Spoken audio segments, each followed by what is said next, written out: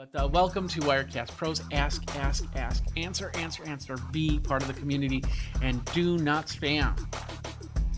No spam tolerated here. Simple as that. So, all right, ladies and gentlemen, boys and girls, I think that was everything that I was going to talk about. Let's get into the main part here. And yeah, we're going to be talking about Wirecast 3.2 dropped last week. It is in beta. So if you are running regular streams, you should still be on Wirecast 13.1.3. There are some problems with it.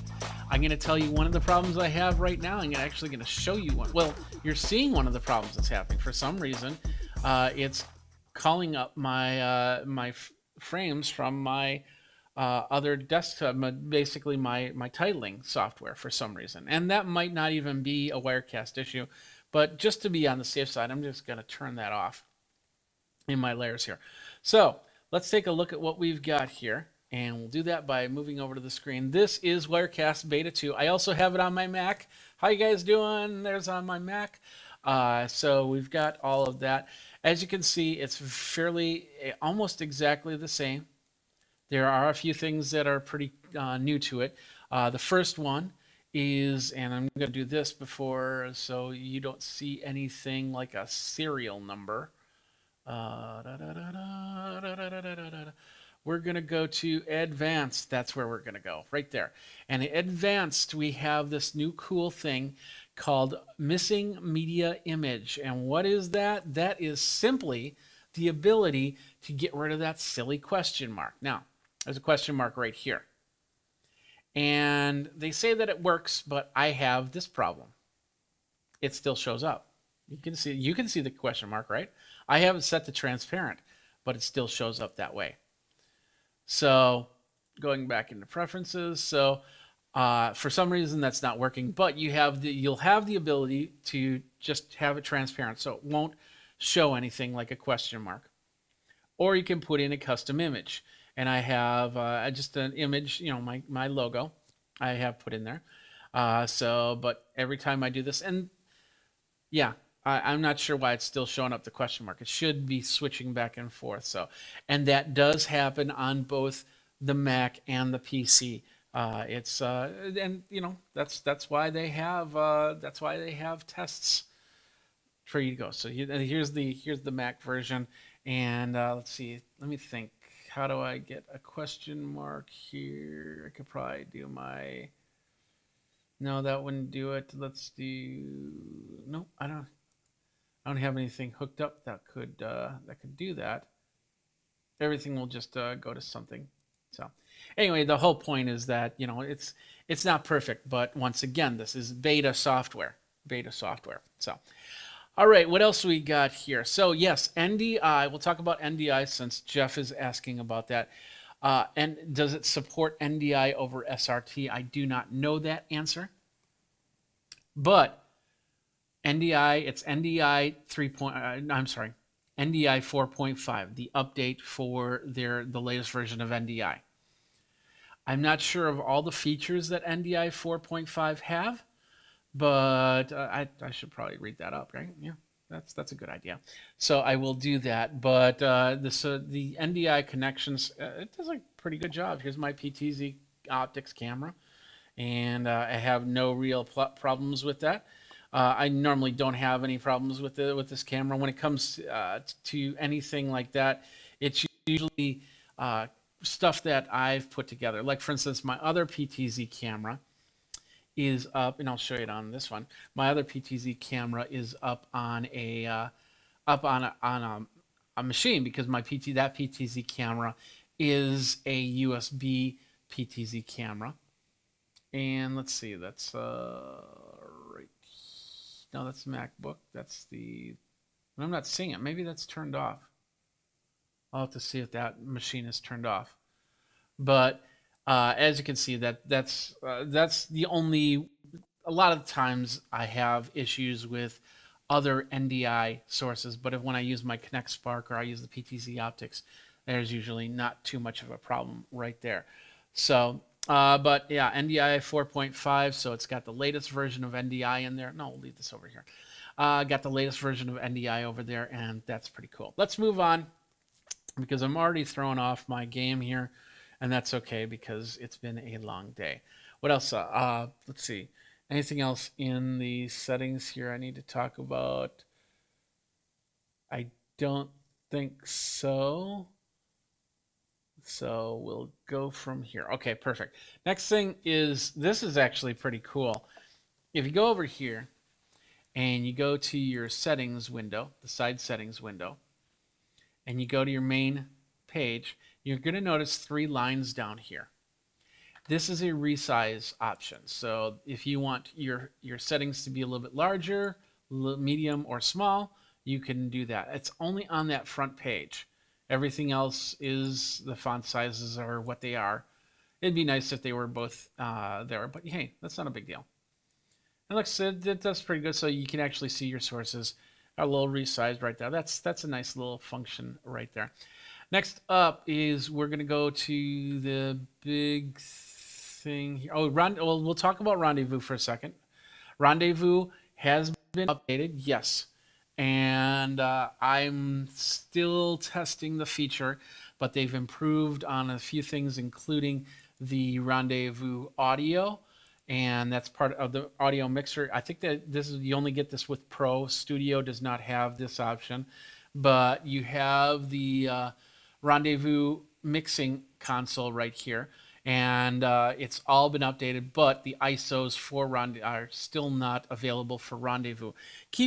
If you don't know what an ISO is, basically it's the ability to set up a scene, like this scene right here, and then set up the Wirecast to say, I want you to record this scene and this scene only. Even if I switch over to the next scene or whatnot, this scene is constantly being recorded, audio and video. And then I could put the audio on another track and then send it out that way. So I believe that it would only send out that audio from this scene. For me, this wouldn't work because I put my audio on a completely different master layer, and I'm not sure if it would take that audio. And to do that, it's actually pretty straightforward here. We'll go, and once again, this is another Pro feature.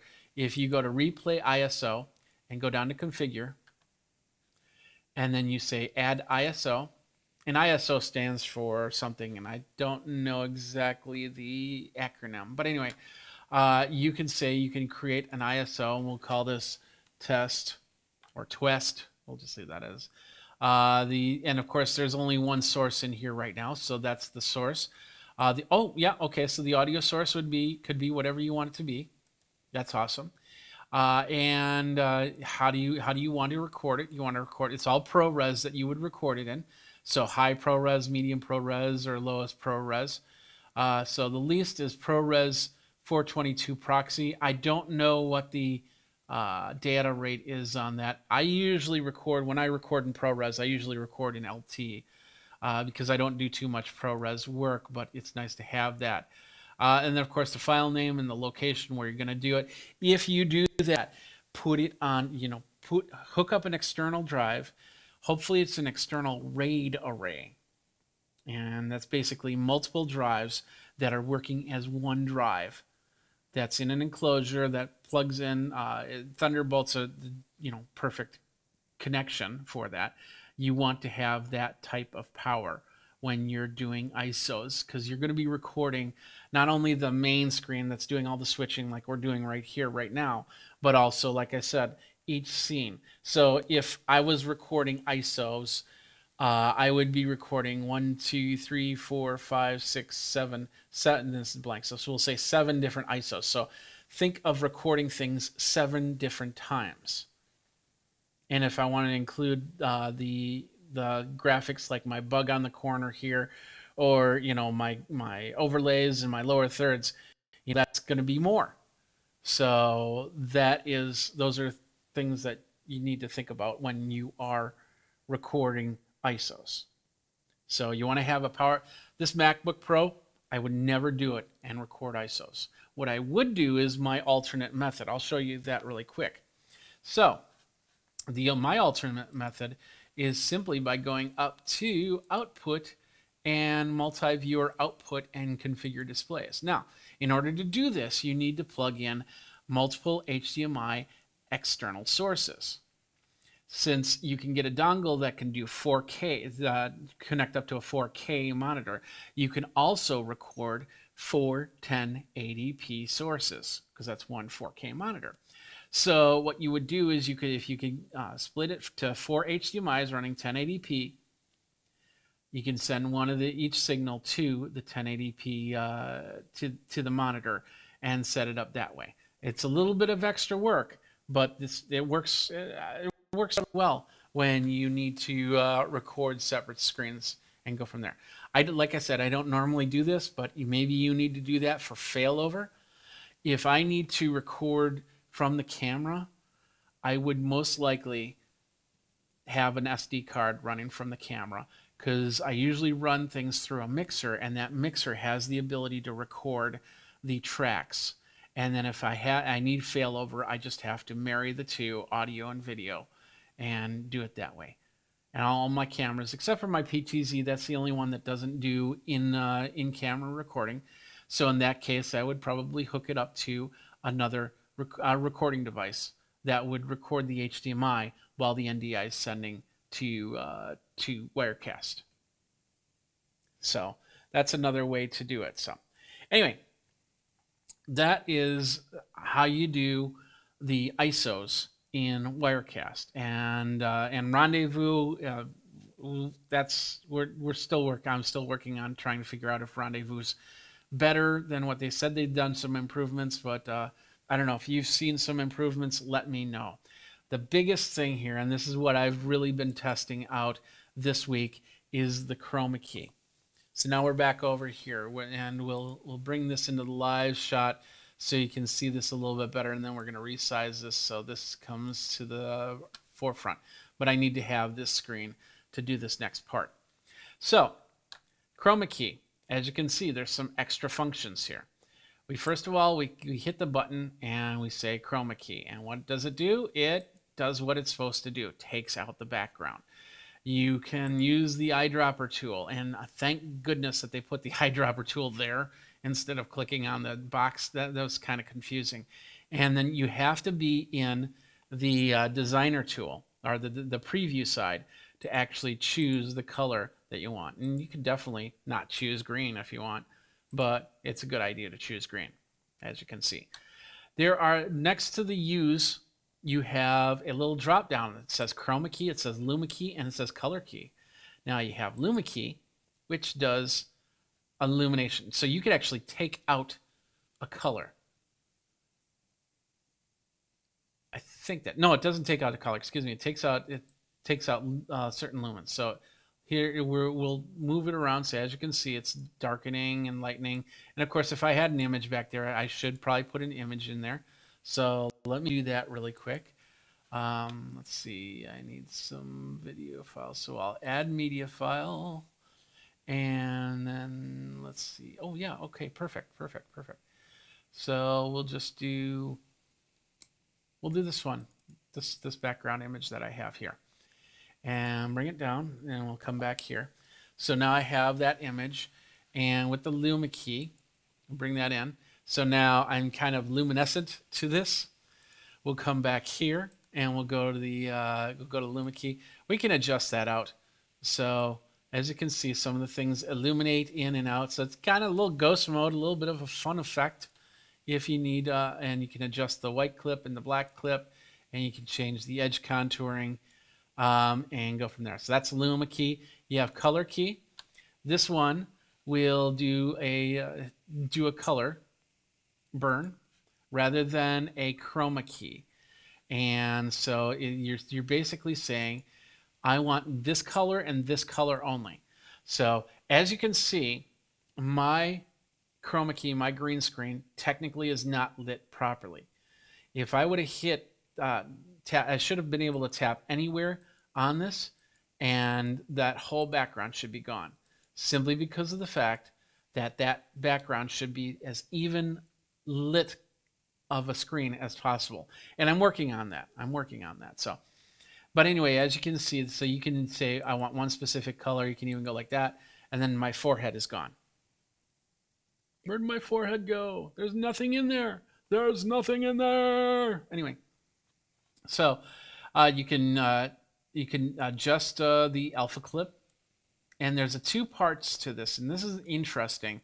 I don't know if what it's called, before and after, but there you can create a range, and I've been playing with these ranges, and it does a pretty interesting job. Look at this. There I go. I am now pretty much transparent, so I could be ghosted right here just by my skin color. And that's not too bad. I mean, of course you don't have to do skin color. I know that's a touchy subject in this day and age, but let's do the shirt instead. Let's move on to the shirt. So we'll do that.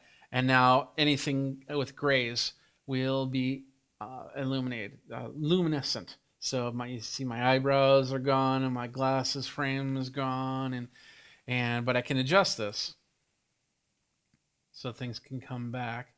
Let's see. Let's bring this over. There we go. There we go. I'm somewhat back, and now I'm somewhat gone. I'm somewhat back. And let's go the other way. There we go. I can be totally gone. So you have the color key, you have the Luma Key, but you also have Chroma Key. And Chroma Key is what we use most of the time. Now, yeah, okay, I got to change the color back. So let's do that. Boom. There we go. Out of the gate, the default settings for Chroma Key do a great job. But it's not perfect because there's a lot of factors that are involved in Chroma Key. First one is the color of your clothing. I'm wearing neutral colors, grays, blacks, whites.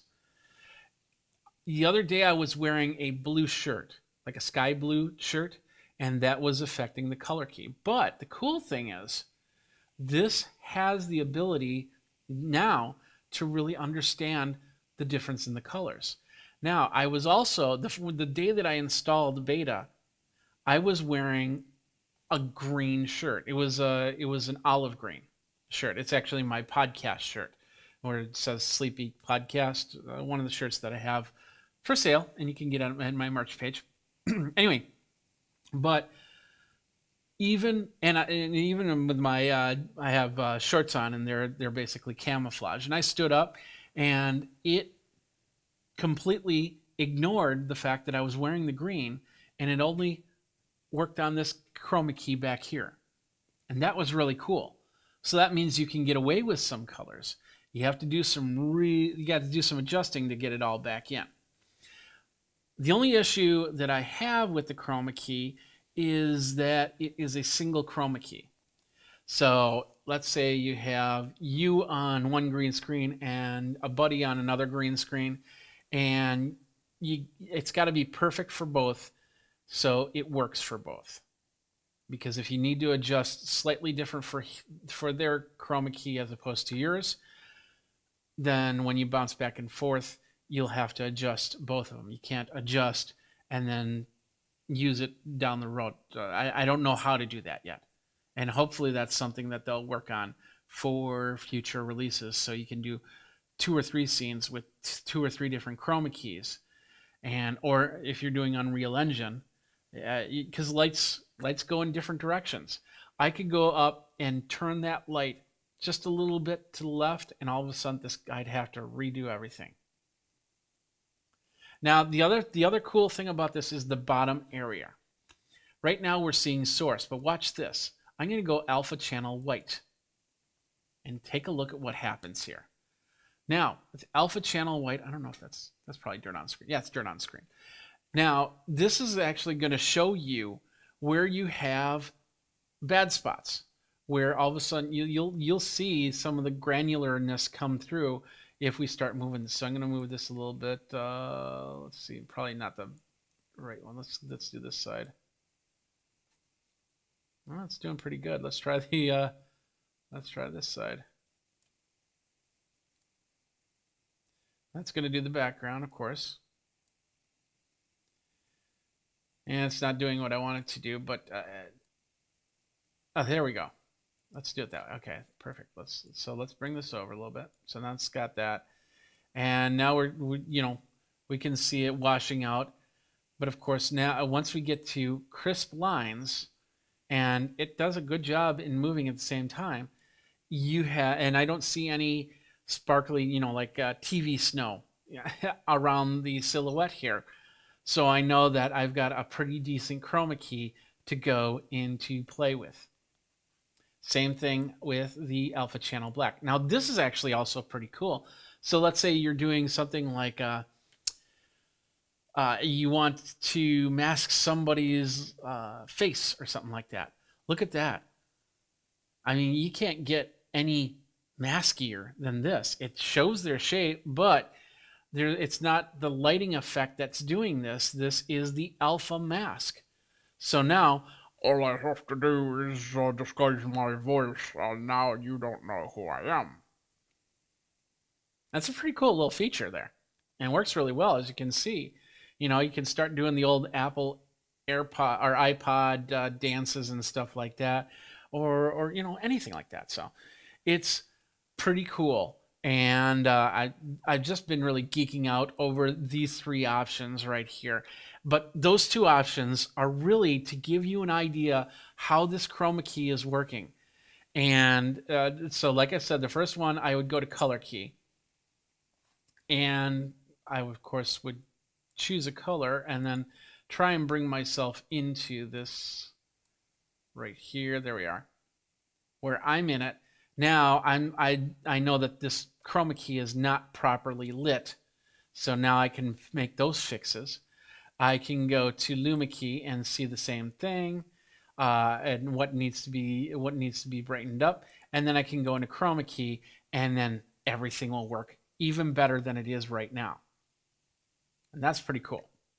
I'm really excited about that Chroma Key, and I know there's a lot of other people that are like that. Still has a little bit of work to do. One thing that I noticed is, I'm a good couple feet away from my chroma key, and that's in separating you from the chroma key is one very important factor. Another very important factor is to have what's called key fill lighting, backlights that shine light rather than have the reflection of the green screen fill onto you, because it'll reflect back off you, especially with the bald head. So, and I see a little green halo that I haven't been able to get rid of, and that's one of those things. That's a super user thing, but you notice it. And if you have hair, if you have your hair nice and matted down and everything like that, it'll be perfect. But if your hair starts to wander, or you got frizzy hair or something like that, it'll be harder to remove the green from that, especially if you're moving around, you're bouncing around like this and everything like that. So let's move this back over here so I can see me and you can see me, and I'm not looking like that. But anyway, Carender goes, "Hey Jeff, wow, I love your layout. Thank you very much. I work hard at it. I hope you can now bring comment on screen." Oh, yeah, actually I can. I choose not to because there's a lot of cogs going right now, and it's just tougher. So many are there. Okay, well, Carender, thank you very much for the comments there. I appreciate that very much. All right, I think that was all the features, wasn't? Let me just double check before I go. Oh, and yeah, I closed that out. Nice. Let me see. Anything else that I need to talk about? So we talked about the Chroma Key, imported source connections. Oh yeah, improvements to Wirecast Go and the GPU on NDI sources. Oh yeah, the other thing is with the Mac, they have moved away from OpenGL architecture for Mac, and there's a thing on Mac called Metal.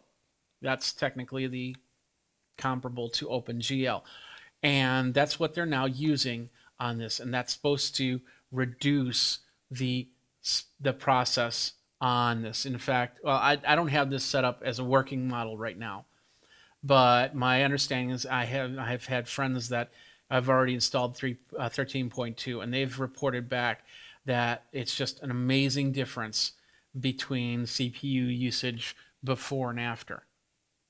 So I will definitely set up some scenes and try some tests out on my MacBook and see how that works.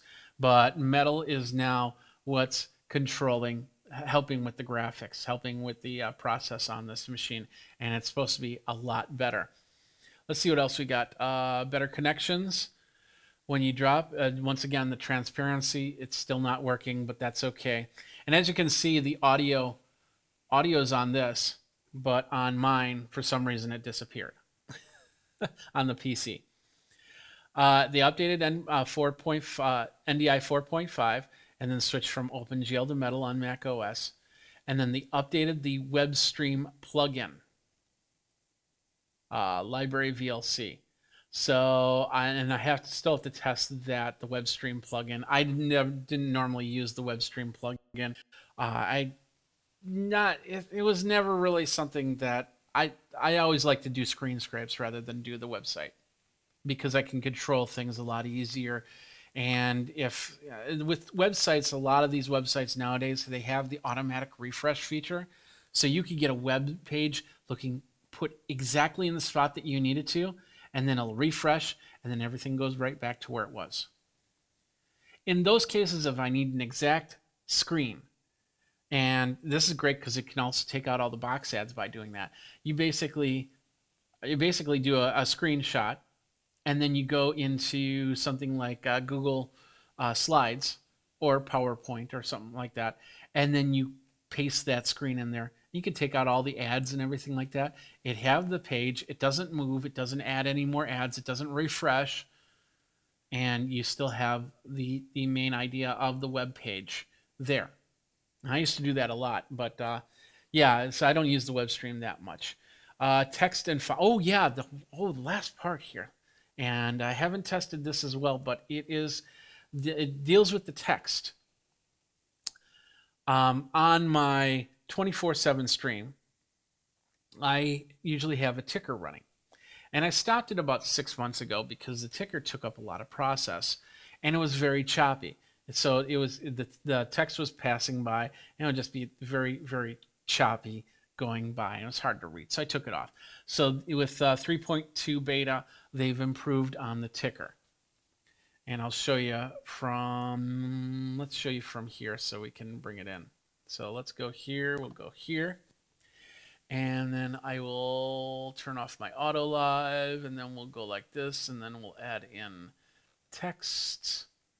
Where's the text? I always forget where that is, so we'll just go text. Text, there we go. And we'll add text, and we'll bring that up.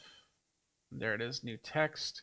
And with this, we can say, once upon a time, we were all using Wirecast 13.1.3. Then a update came out, and we were able to go to 13.2. Okay, there's my text. It's not moving right now, of course. So we'll bring that down to the bottom here. And then we can, there's better choice of fonts, is my understanding here. So I like the impact font, so we'll leave it at that. We can choose the regular, bold, italic, and all that. We can justify it, of course.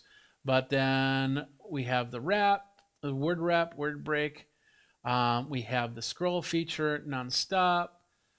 And we can go bottom to top, top to bottom, right to left. We'll go right to left. And then we'll go a speed of 10.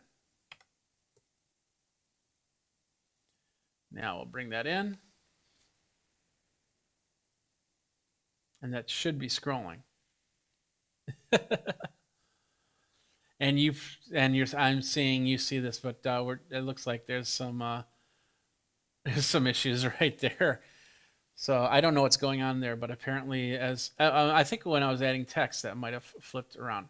But it should be showing text scrolling right there. Let's switch it to left to right. Let's see if that makes a difference.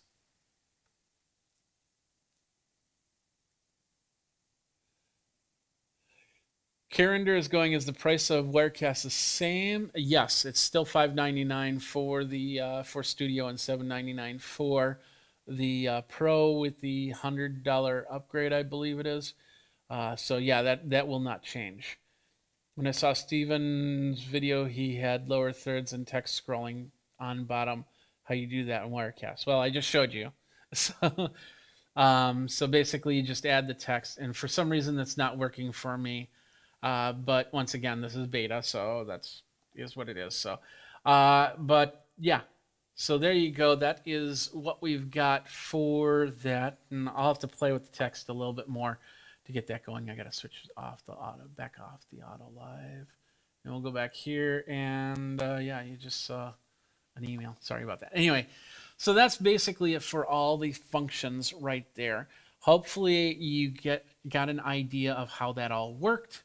And as 13, this is beta 1 of 13.2, which means that, things will get better as they go. It's important that if you're using Wirecast and you download it, you make sure that you have Wirecast 13.1.3 at the ready. And you could easily install 13.2, find problems, uninstall. You have to uninstall 13.2 before you can install 13.1.3. And on Mac, you can actually install it and say keep the old version and the new version if you want to. But you'll have to also be ready to start over. Just keep that in mind. You might have to start over on everything if there is a crash, if you decide to put beta software on your production machine. So if you can't afford to do that, don't do it. Simple as that. But so far looking pretty good. And of course, this is the first time that I've used these scenes with 13.2. We did see some issues as I was going. As you saw that little thing with the screen, I'm not sure what was going on there. It was like it was resizing the screen. So we had that, and yeah, that's pretty much it. So.